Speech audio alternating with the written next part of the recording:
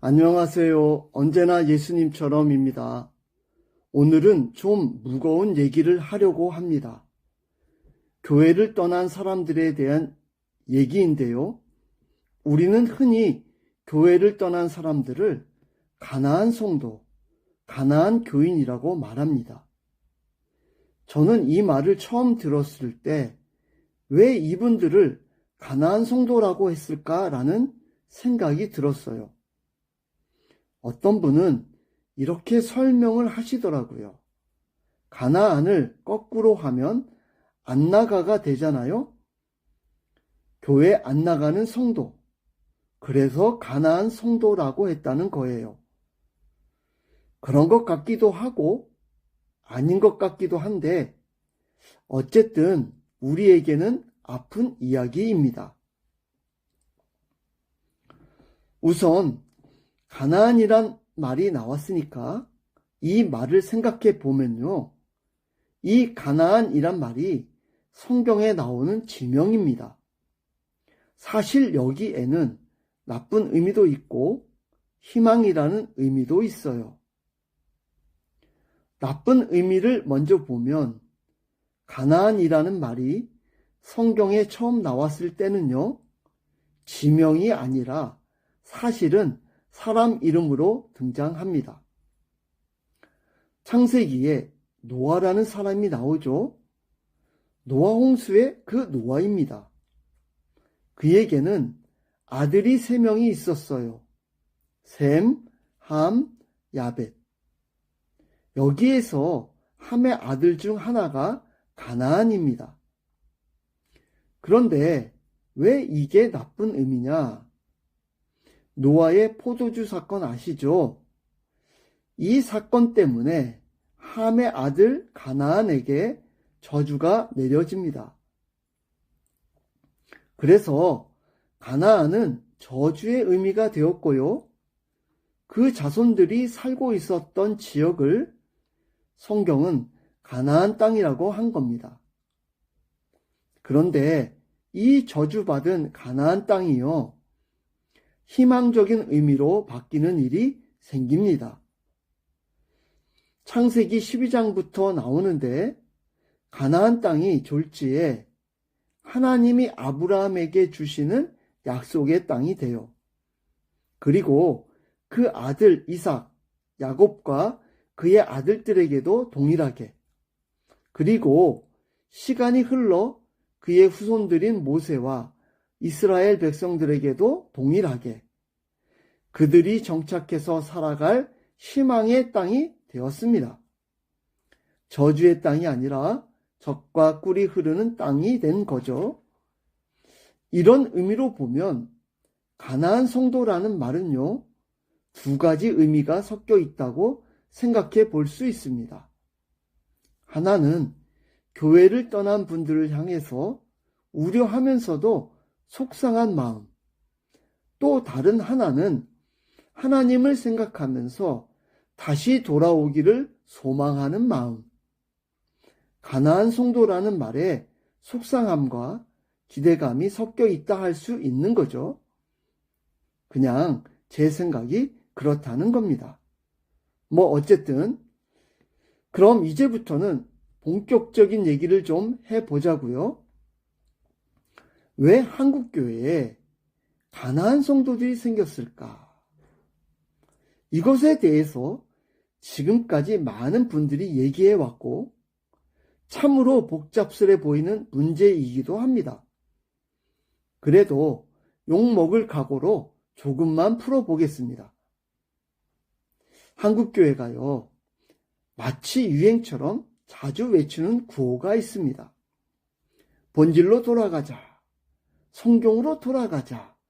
초대교회를 회복하자. 이런 얘기 많이 들으셨죠? 제 기억으로는 80년대, 90년대에 한참 유행했던 것으로 알고 있어요. 그리고 3, 40년이 흘렀습니다. 지금의 교회를 보면 어떤가요? 좀 나아졌나요? 성경으로 돌아갔나요?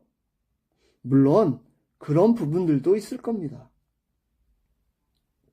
그런데 현실을 보면요, 과거에 이런 외침이 있었나 싶을 정도로, 이런 외침이 참 무색하다 할 정도로 어둡고 잡잡합니다.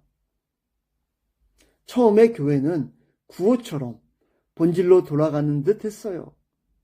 하지만 그 방향은 오히려 반대를 향해 갔습니다. 거대한 안개와 거품에 휩싸이더니 안에서는 썩은 냄새가 나고 밖으로는 비대해진 괴물과 같이 되어버렸어요. 이것이 우리가 경험하고 있는 한국교회의 대다수의 모습입니다. 그런데요, 지금 현실이 이 모양인데도 아직도 정신을 못 차렸는지 여전히 본질로 돌아가야 한다는 공허한 외침만 잔뜩 늘어놓고 있다는 겁니다. 새로운 용어를 써가면서 분석하면서 통계를 들이밀면서 다시 일어나야 한다고 하죠. 잊을만 하면 유행처럼 외쳐댑니다. 도대체 왜 이럴까요? 제 눈에는 한국교회가 마치 바리새인처럼 보입니다. 말은 그럴싸하게 하고 손가락 까딱하지 않는 바리새인. 하나님이 허락하신 그 많은 시간을 본질 타령으로 신용만 하고 실천은 나 몰라 하는 그런 모습으로 보입니다. 성경으로 돌아가자고, 예수님을 닮아가자고 수없이 외치면서 실제로는 예수님이 책망했던 바리새인을 닮아갔다는 거죠. 참으로 비통한 일입니다. 성경 이야기를 안 할 수가 없네요. 성경에는 거짓에 대한 말이 많습니다. 거짓말, 거짓 증언, 거짓 선지자, 거짓 교사, 거짓 형제 등등. 그러면 성경에서 말하는 거짓의 의미는 뭘까요? 이런 의미를 가지고 있습니다. 잘 들어보세요. 행할 마음이 없으면서 행할 것처럼 말하고 선동하는 모든 것들.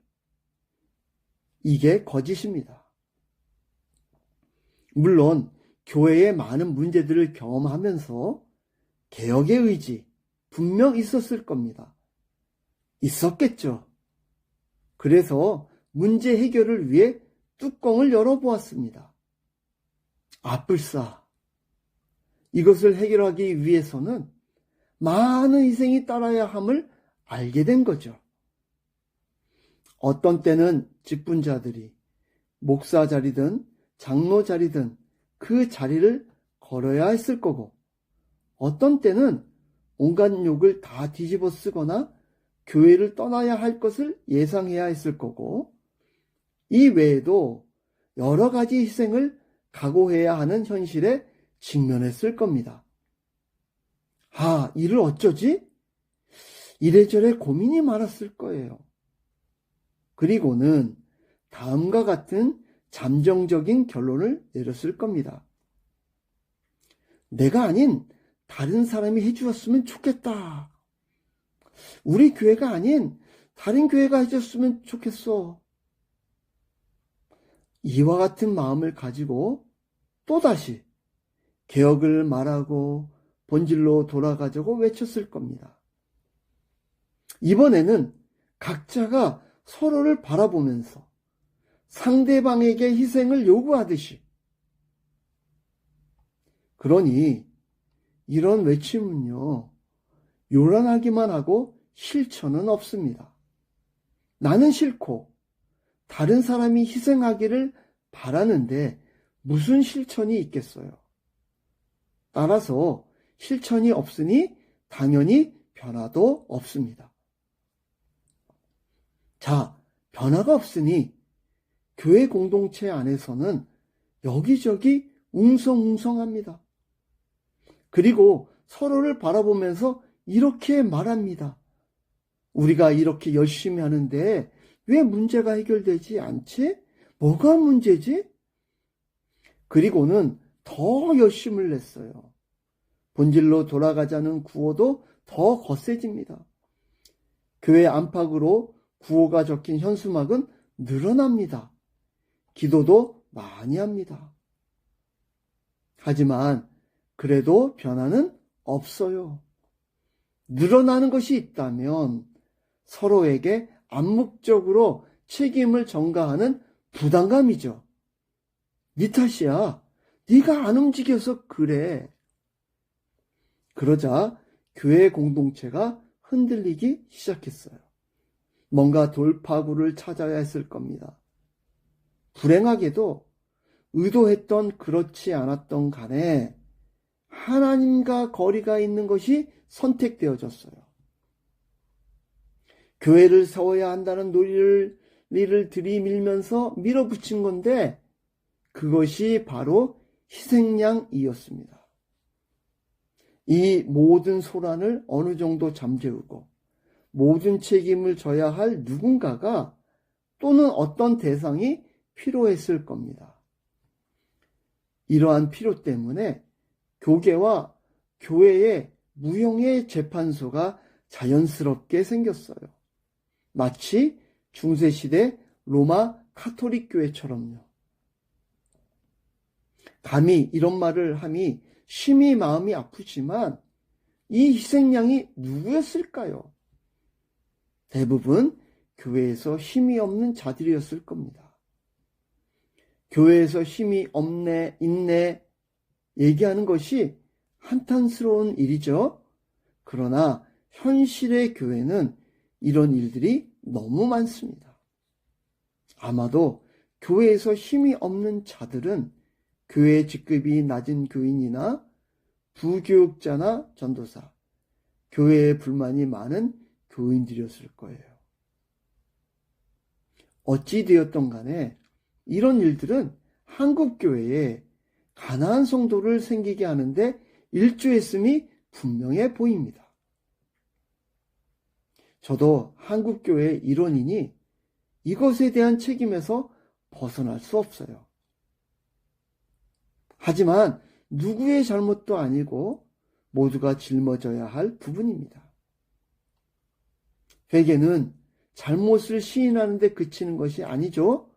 그것을 끊어내고 주님이 기뻐하시는 길로 나아가는 것입니다. 다른 형제 자매에게 십자가나 희생을 떠밀지 않고 우리 모두 각자가 예수님과 함께 이 모든 것을 감당하는 것이 성숙한 그리스도인이고 참 그리스도인의 모습입니다. 가나안 성도에 대해서는 이 정도만 해야겠네요.